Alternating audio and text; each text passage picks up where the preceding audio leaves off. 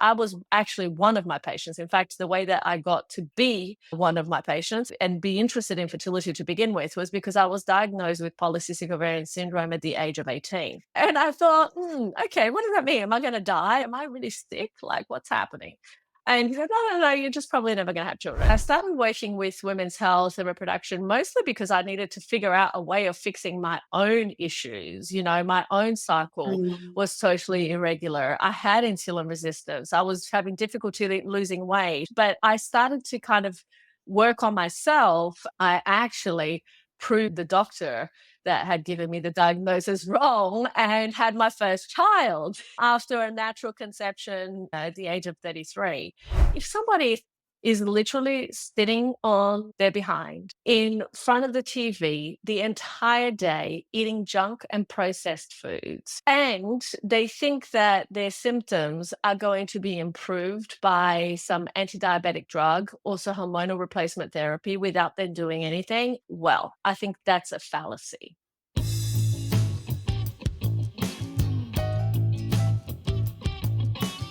Hello, I'm Phillipa. Welcome to Moving Through Menopause.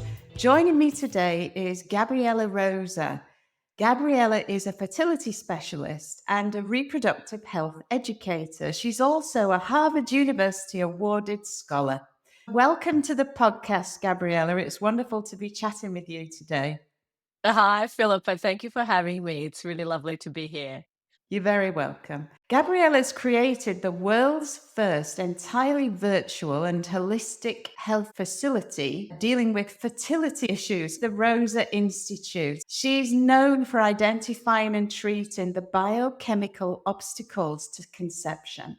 And so today, here on Moving Through Menopause, we are talking about the intersection between menopause and reproduction. That phase of our lives called perimenopause, when honestly, to be perfectly frank, it's hitting the fan, or it could be. I really would love you to kick us off with one thing that you wish more women knew about their hormonal health around perimenopause. It's such a great question because one thing I wish people knew is that reproduction and reproductive health is a transgenerational conversation. If exactly, if we have to think about it from that perspective, because what happens is that the exposures that we will have in our lifetime have begun before we were even born.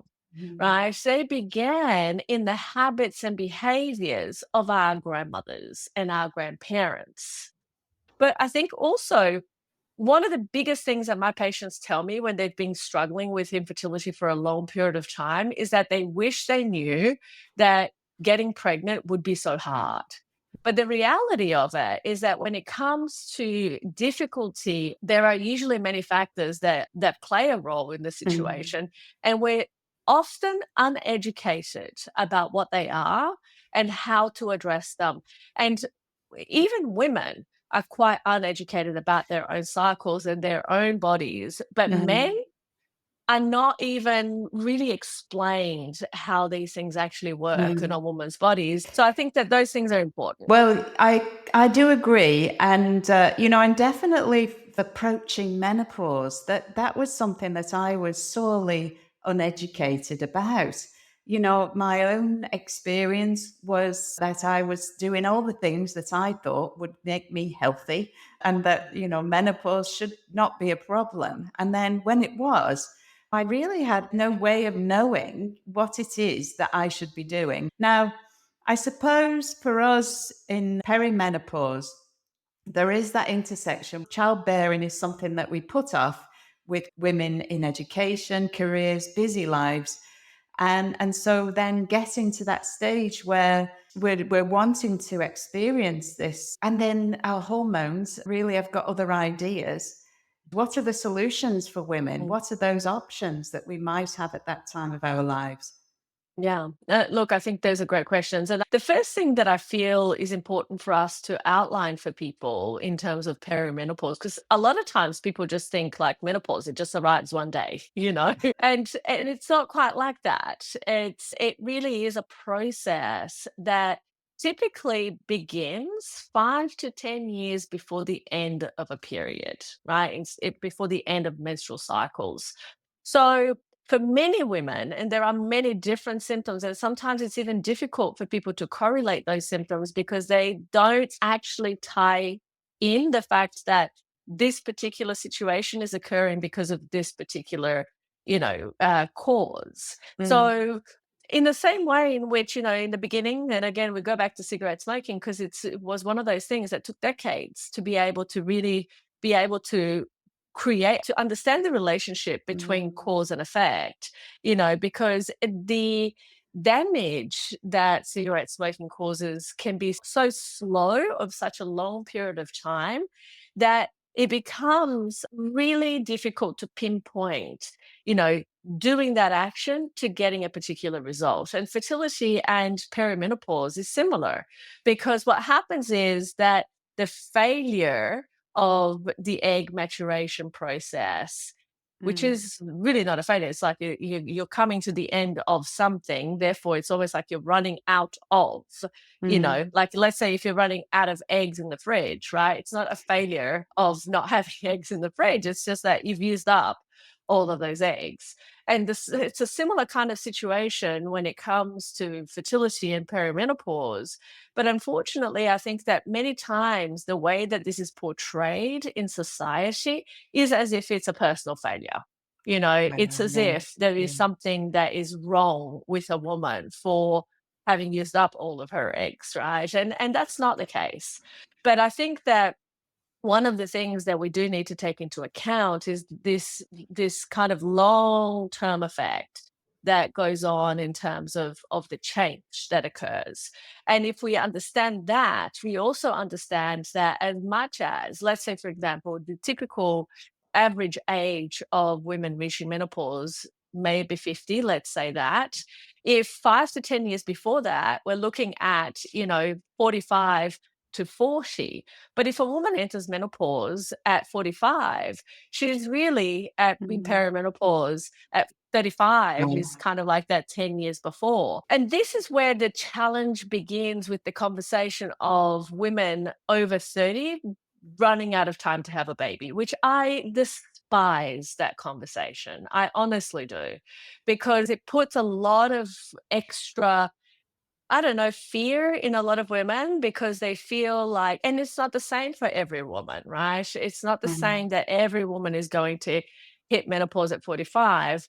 And it's mm, also not the same that every woman is going to hit menopause at 50. But also, it's not to say that if you kind of reach menopause later in life, you're going to be more fertile longer. That's mm, actually not true. Because what can happen is that process of perimenopause can be that, you skip 2 cycles of ovulation, or 3, or 4, or 6, and then you ovulate again. So, if a woman is trying to get pregnant, that obviously is going to have an impact on her ability to achieve pregnancy. If she's trying to be as healthy as possible, she's also going to feel a little bit crazy, right? Because she's like, hang on a second, I don't feel the same as I normally would feel is normal for me. And so, without that learning or that understanding that these changes can be small and prolonged, we start mm, to kind of feel really out of sorts. We don't understand why the changes in our moods just from our hormones. I mean, think about it. Some women have extreme PMS, premenstrual symptoms. yeah, Other yeah. women don't, Mm, and so what happens is if you have extreme PMS and you're perimenopausal, you're probably going to notice those fluctuations of hormones with greater aggression than a woman who basically is pretty even keel throughout, mm, her mm, cycle. And in addition to that, then we also have other conversations that we would need to have. We also know, and this is really interesting, particularly for women in that perimenopausal stage, is that our health parameters in general decline with age, right? So metabolic health starts to become impaired. That's why, sometimes mm, women all of a sudden go and have a general check up in terms of their blood results and find that all of a sudden they have insulin resistance, or they're pre-diabetic, or they're diabetic, and they didn't see that coming. And the reason they didn't see it coming is because, like perimenopause and menopause, metabolic disease and kind of decline in metabolic health happens on a spectrum over a decade, right? So we start to notice these transitions, not only hormonal, which, by the way, are exacerbated by reproductive hormones being out of whack, so to speak, right? And thyroid function or dysfunction being more prevalent, and all of these different factors that are kind of all of a sudden. And we think, quote unquote, it's all of a sudden. It has not happened all of a sudden. This has been happening in a really incremental way for a very long period of time. And it just so happens that right now is when we were able to identify that change. This is why, one of the biggest things that I think is so vital for women is to understand that if you go to a doctor and have a blood test result, you are having something that is not quite right for you, to accept everything is normal, just keep trying, for people who are trying to get pregnant, or, everything is normal. There's some kind of things that are out of balance and parameters that are out of whack, so to speak, but overall it's normal. That is such a big red flag, right? Because I'll tell you one thing, just in the case of women going through perimenopause, if you have a blood test result for, say, your hemoglobin A1C, which demonstrates how well your body is actually working through your carbohydrate usage, and it's a marker of prediabetes. If that's 5.5 or above, already you are going toward a metabolic dysfunction, right? If it gets to 5.6, 6.5 is the cutoff in terms of diabetes and the diagnosis of diabetes, for example. But before it gets to 6.5, it will have very incrementally increased over time. And if you're just being told 5.5, it's normal, when the optimal side of that range is like 4.5, well, you're actually leaving a lot of opportunity on the table to optimize and improve your health in the long term.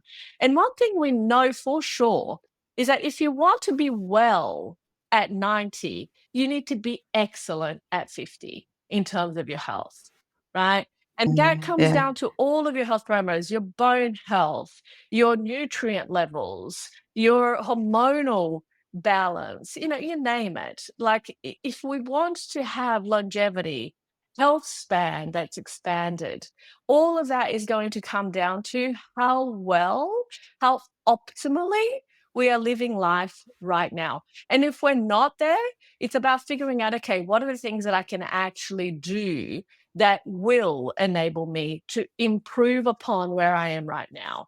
Because if we don't do that, entropy is a certain factor. It's like the time frame in which the system enters chaos and declines in organization within the system, it can be so fast if we're not actually working toward syntropy, toward optimization, toward health. We are going to be, by default, becoming unhealthier by the years. And I think that's a really key thing. Yeah. This is exactly a goal, to help people to really unpick how it is that we can maintain this optimal state of health. Now, you mentioned there quite a number of different factors that contribute to this picture: your metabolic health, your hormonal health function. So, I'm having some trouble unpicking the best places to start with this, because obviously, in the UK, we visit the doctor. We don't need to measure any of your hormones. You're in the age bracket where your hormones are fluctuating wildly, and if we take a reading, it's going to be misleading, blah, blah, blah. Well, I understand there's a list of terms that direct us to this diagnosis, declining estrogen levels, essentially. So fair enough. However, if we wanted to optimize our health for the longer term, and actually, you know what, for the healthcare system, that's going to be advantageous for them too. What if we want to do this, which I do, if it's only just me, I definitely want. Where do we begin this? Measuring. I know that in fertility, you really test people. You test all of these different things, and what in an ideal world would we be testing? And where are we going to get the bulk of the gains?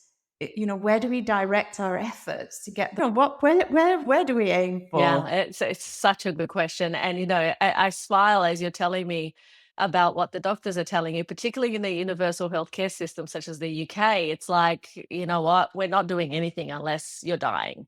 You know, that pretty much is the attitude.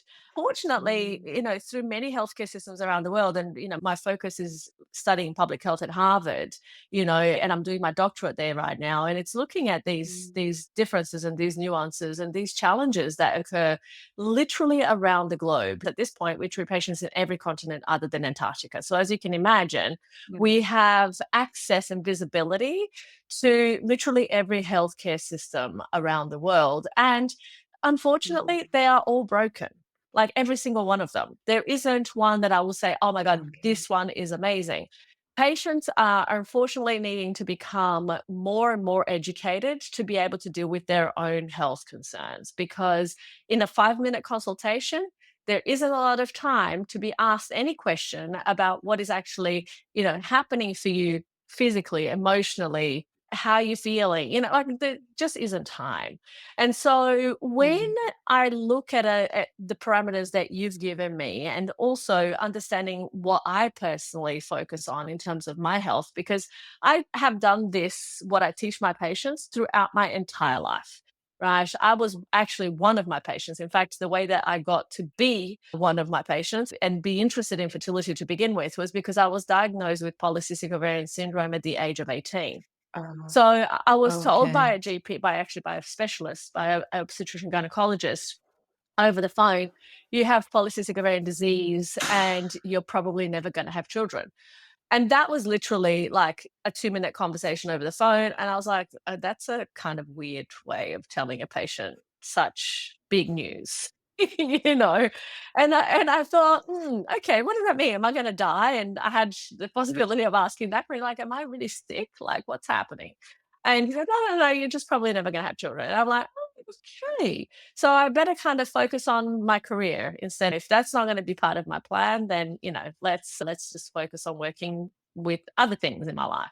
And so that's kind of where I focus. And I started working with women's health and reproduction mostly because I needed to figure out a way of fixing my own issues. My own cycle Mm, was totally irregular. I had insulin resistance. I was having difficulty losing weight. It was, this whole kind of conundrum of symptoms that I didn't really know how to adjust. But I started to kind of work on myself, and at the same time started to attract people in my clinic that needed that kind of support as well. And so after about 5 years or so, I started to work more and more with women who had hormonal imbalances. And of course, a natural progression from that was infertility.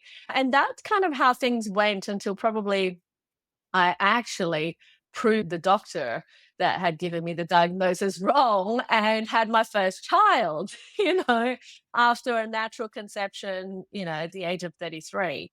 And so basically, I realized that, well, actually, this is not right. And there's other things that people need to be doing. And certainly there's more that people need to know. And so I started focusing solely on fertility. And then on that point, after I had my first son, I was like, I couldn't work in the same way. So I decided to take my clinic online and do it virtually. And, so since 2013, that's essentially what we've delivered, a telehealth program.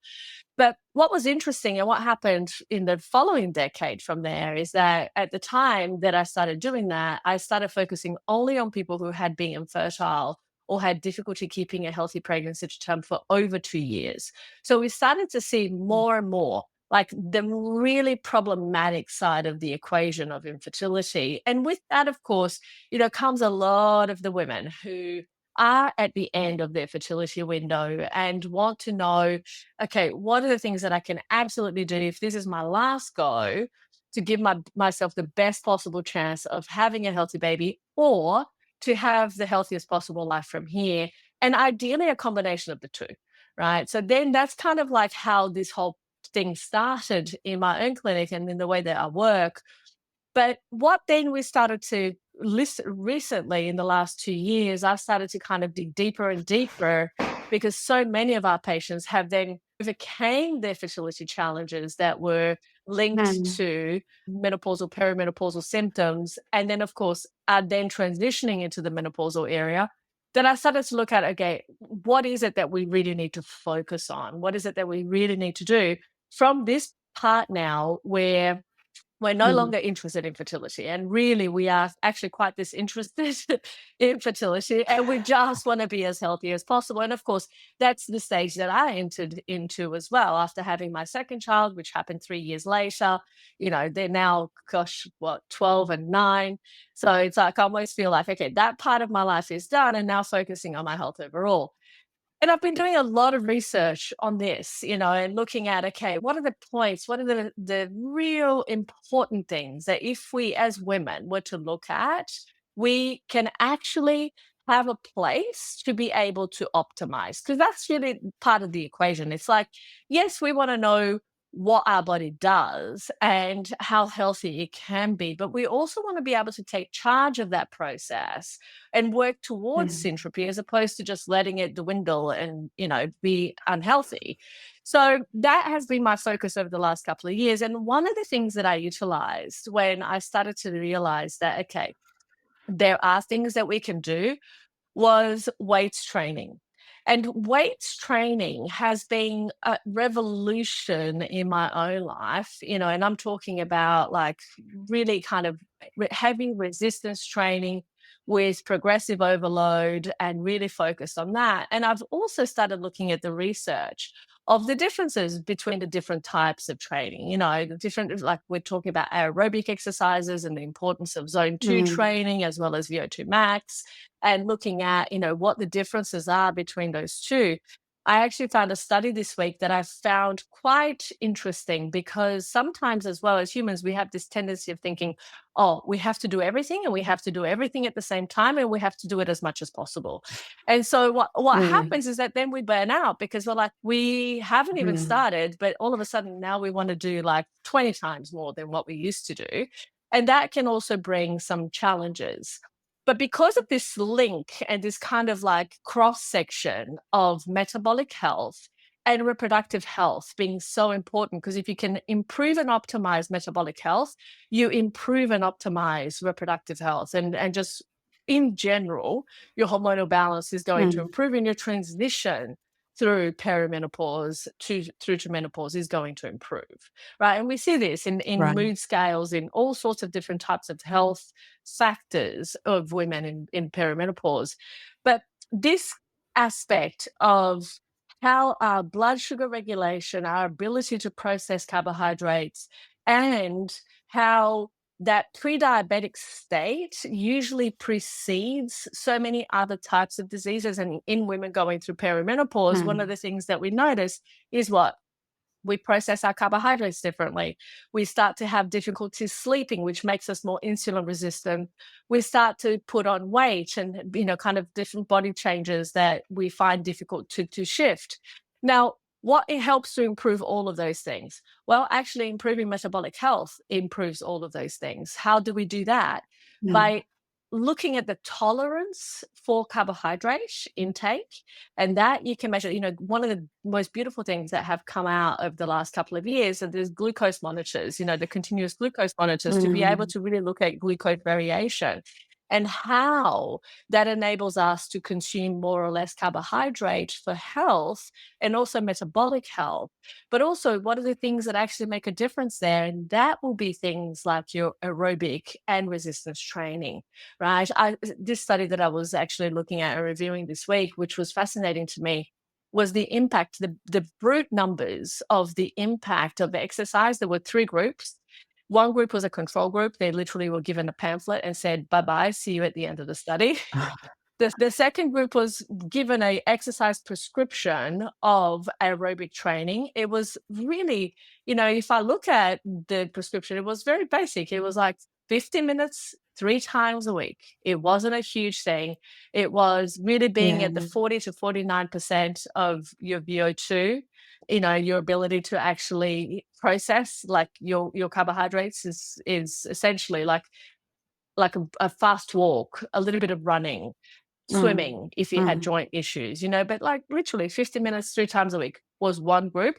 And the third group was resistance training. Similarly, it was 50 minutes 3 times a week.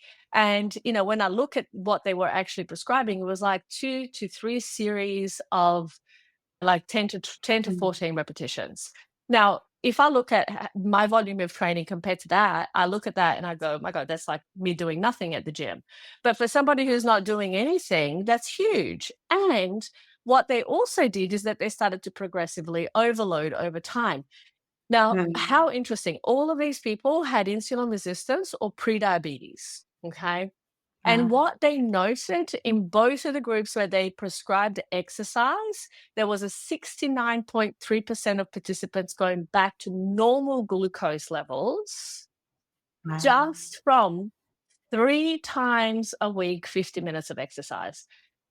Isn't that incredible? I mean, I look at that and I go, and really the prescription for overall health should be doing something daily, really, whether you're doing Mm. like 3 times a week of resistance training, 3 times a week of, aerobic training, and then 1 time a week of a active rest is ideally what I would prescribe to my patients.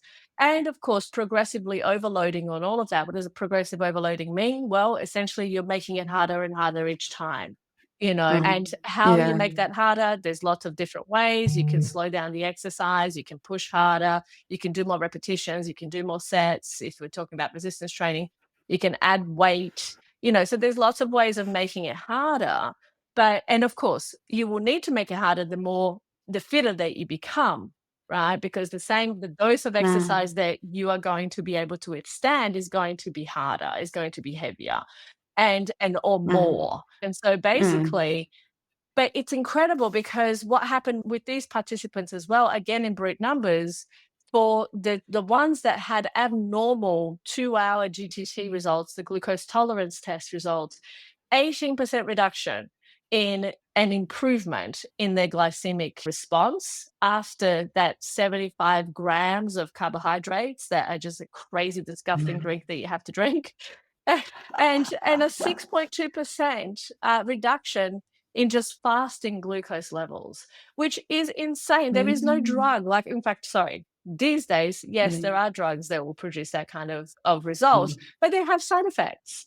And when we're looking Mm. at that, this as an exercise prescription has such a powerful impact by literally you just moving your body more, well, that is absolutely a place to focus, right? So if I was to look at a two-pronged approach when to answer your question, I will absolutely be focusing on exercise as a prescription, as a health prescription.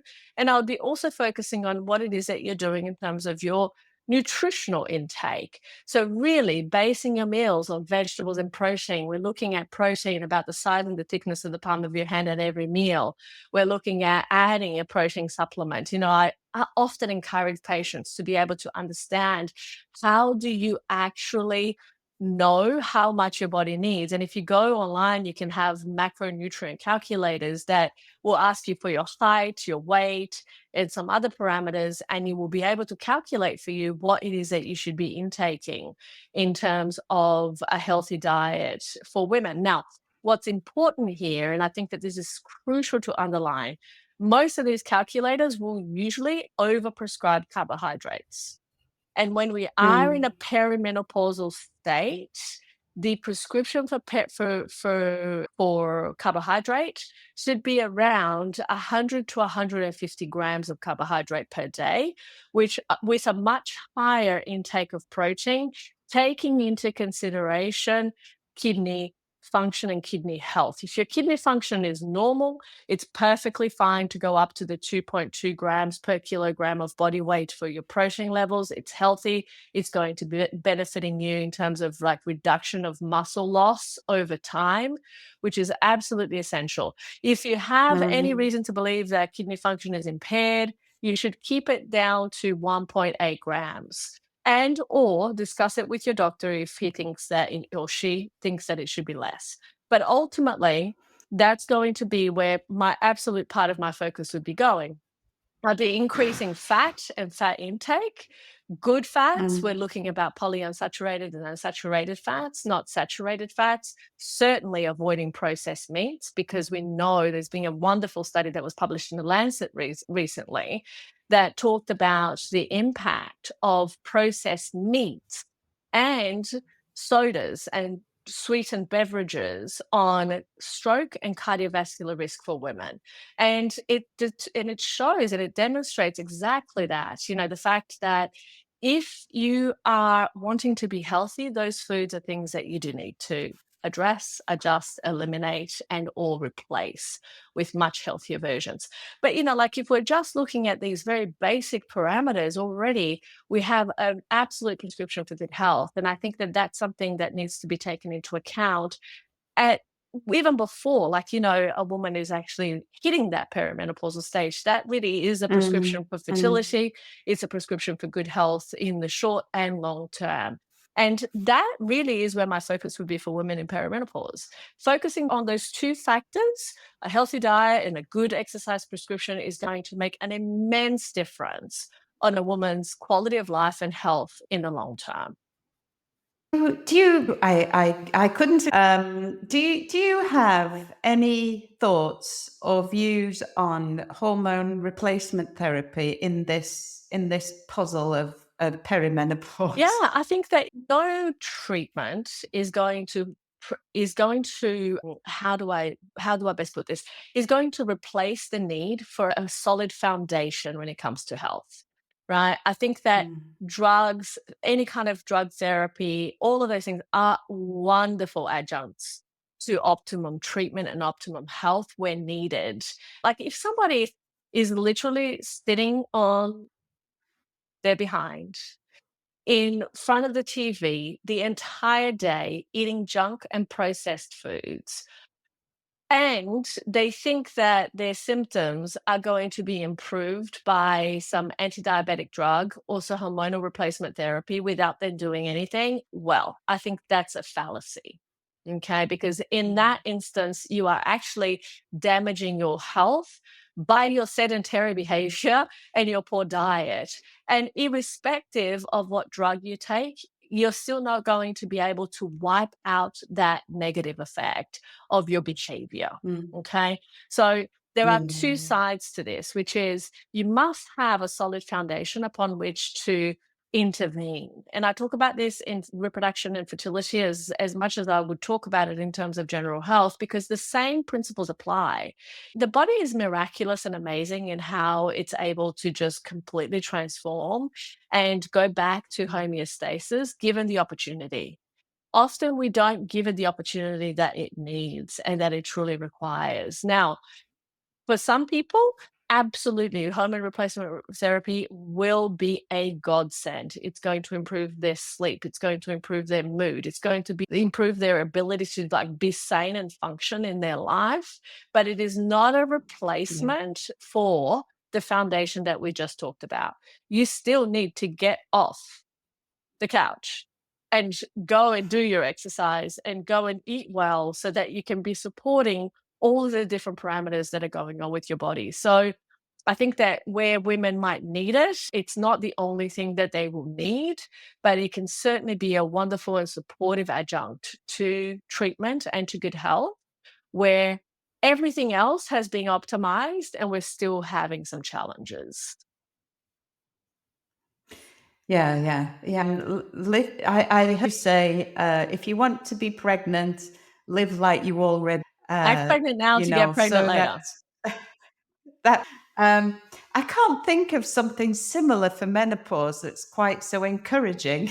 Yes, to be honest, I also can't, but I will say this, and I'll tell you what has changed for me over the years is my role models these days are the 60, 70, 80, 90-year olds who are out there slaying it, like they're going to the gym, they're doing their push-ups, they're doing their pull-ups, they're like, lifting such heavy weights that you would normally kind of go, no, an 80-year-old or a 90-year-old can't do that, or shouldn't do that. We have Mm, like this societal mm, vision of what a woman should or shouldn't be able to do at a certain age.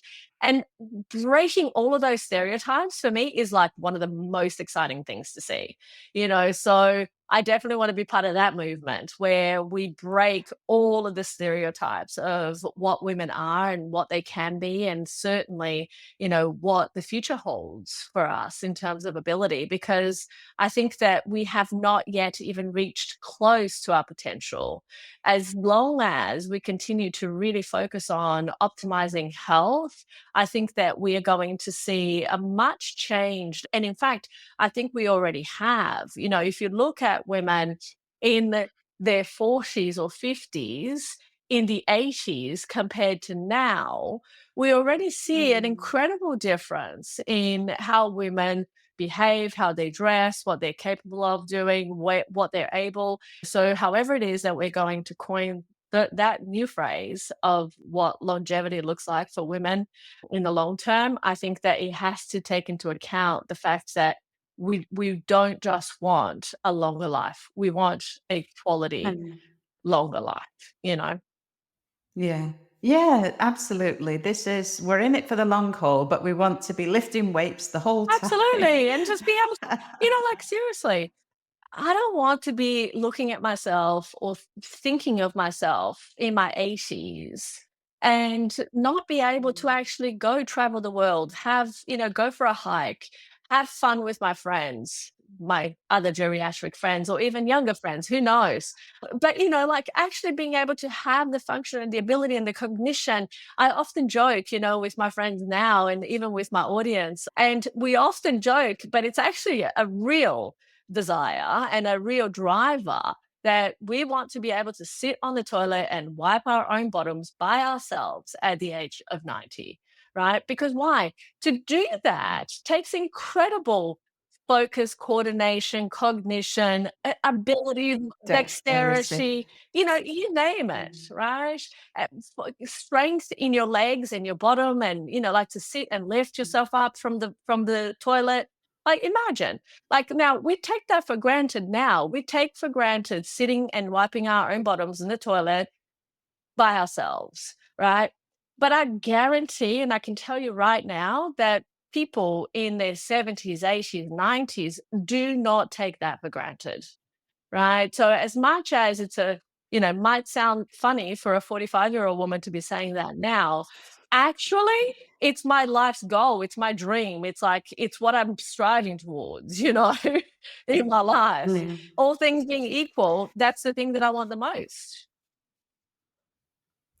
And I think this idea of working our way backwards from how we want to be in our older age, and all the things that you've got to do now in order to be on that trajectory to achieve to then that the thing is, like you said, this thing is long in coming. Menopause is Yes. long coming. It creeps up on Yeah. you, but we cannot afford to ignore the whispers, and we've got to act now. It's avoidable. Mm. That's the Yeah, yeah. key takeaway. I think that people need to become way more proactive than they are in terms of optimizing their health and seeking syntropy as opposed to allowing themselves just to have what is the default, which is chaos in the system and entropy. Mm. Yeah. Well, thank you for that. It's definitely the case. Lifestyle medicine is powerful. Powerful. We underestimate the value and the impact. And you demonstrated that with the studies that you described. The impact of doing these, what on the face of it seem like simple, but very Very effective. powerful. Within our And within our control, within reach. our ability Yeah, to yeah, actually action, that's the great thing about it. yeah. It is. And so much of this stuff is free. So, Exactly. you know, it's a no-brainer if you ask me. Well, Gabriella, thank you so much for giving your time today to chat with me on the podcast. We've covered a lot of ground. So thank you so much for coming along and having a chat today. I will put the links in the show notes so people can find, and I look forward to following and learning more about all the work that you're doing. Thank you so much for coming along today. Amazing. My pleasure. Thank you for having me. Thank you. Take care, everyone.